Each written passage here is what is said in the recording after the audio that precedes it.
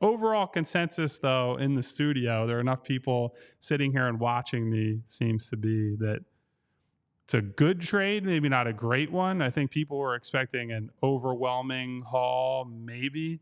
And then there's the great trade, what we get side of things. I fall somewhere in the middle there. I think the best part of this trade, other than getting picks, which, maybe they can flip them for a Levine, a Pascal Siakam, a guy down the road, is that the Sixers now become more athletic and more cohesive as a two-way team with all these role players they're adding. I'm not going to sit here and tell you it's a better team without James Harden, because as Derek and I have said on the podcast many times, I think he's probably still a top 25, top 30-ish player. But when you're looking at the potential rotation for this group now, I think the four nailed-on starters are clear, right? It's Joel Embiid, it's Tobias Harris, it's DeAnthony Melton, and it's Tyrese Maxey.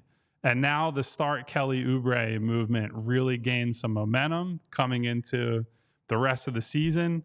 But I do think we're probably going to get looks at a Robert Covington in the starting lineup. I think we're probably going to get a look at Nick Batum in the starting lineup. As I see the elevator doors open, Derek is very nonchalant, does not realize that I'm actually recording right now, and is walking in a direction that is other than the studio.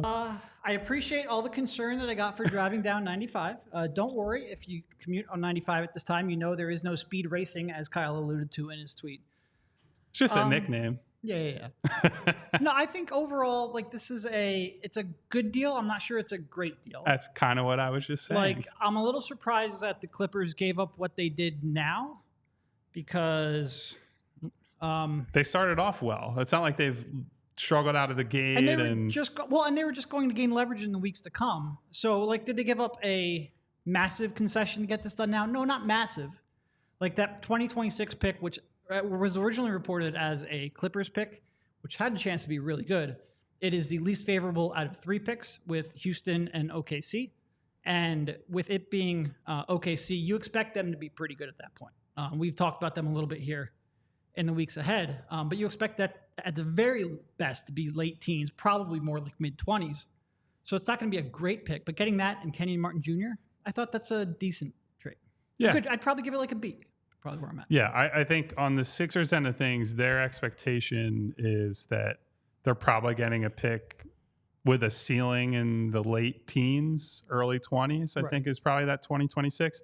The big concession is getting unprotected 2028 along with another pick. Well, and not only that, but first of all, you get 3 pretty good sized expiring matching salaries at a trade for the deadline.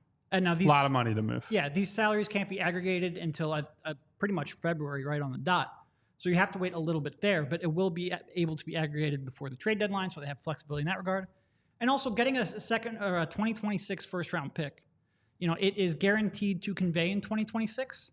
So that means it frees the Sixers up to trade their own pick in years that they previously couldn't trade because of the step-in rule. So that pick in itself might not be great, but for teams that maybe want to short the Sixers' future, it just gives them more flexibility on what to trade now, getting those 2 picks coming in. So you could see them bundle a couple of picks and some matching expiring salaries for a deal at the deadline.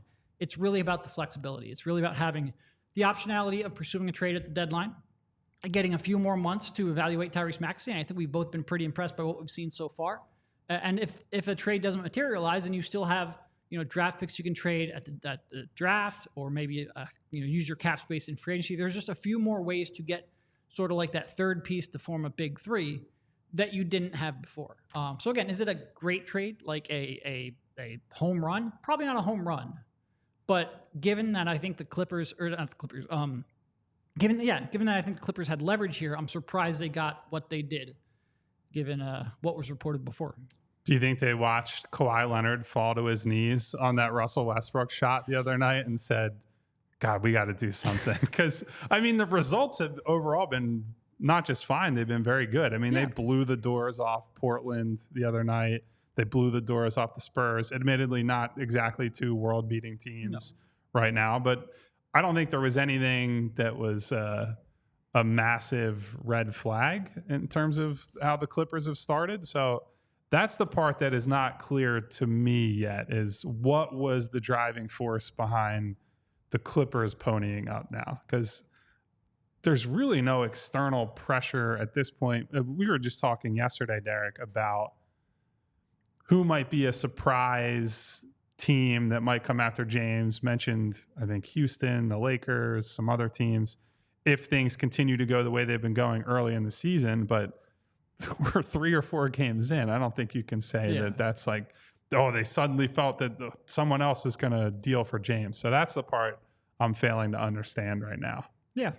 No, I mean, they given what was reported before, like we said, basically one pick and a pick swap to get, and I do think Kenyon Martin Jr. is a decently serviceable wing. I'm curious to see what they end up doing in that starting lineup. Obviously, you have the loss of PJ Tucker as well. We're going to get to the No, I know you probably have show notes. I didn't get a chance. I was either on 95 or pulled over on 95 making phone calls or whatnot and tweeting while on the side of 95. So I have not had a chance to check Notion. I apologize for that. There's nothing in Notion. I'm just saying let's dial it back a little bit.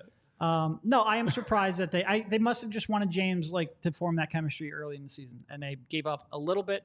I think we both agreed that they had interest in getting James early because that's what the whole let me basically shop that unprotected first that we're willing to give up, or that pick swap. Let me shop that around the league to see if we can get more of what Daryl wants. So I think we've always sort of felt that the Clippers wanted to get this deal done, but I'm surprised that they felt that much pressure. We all silly like the mayor.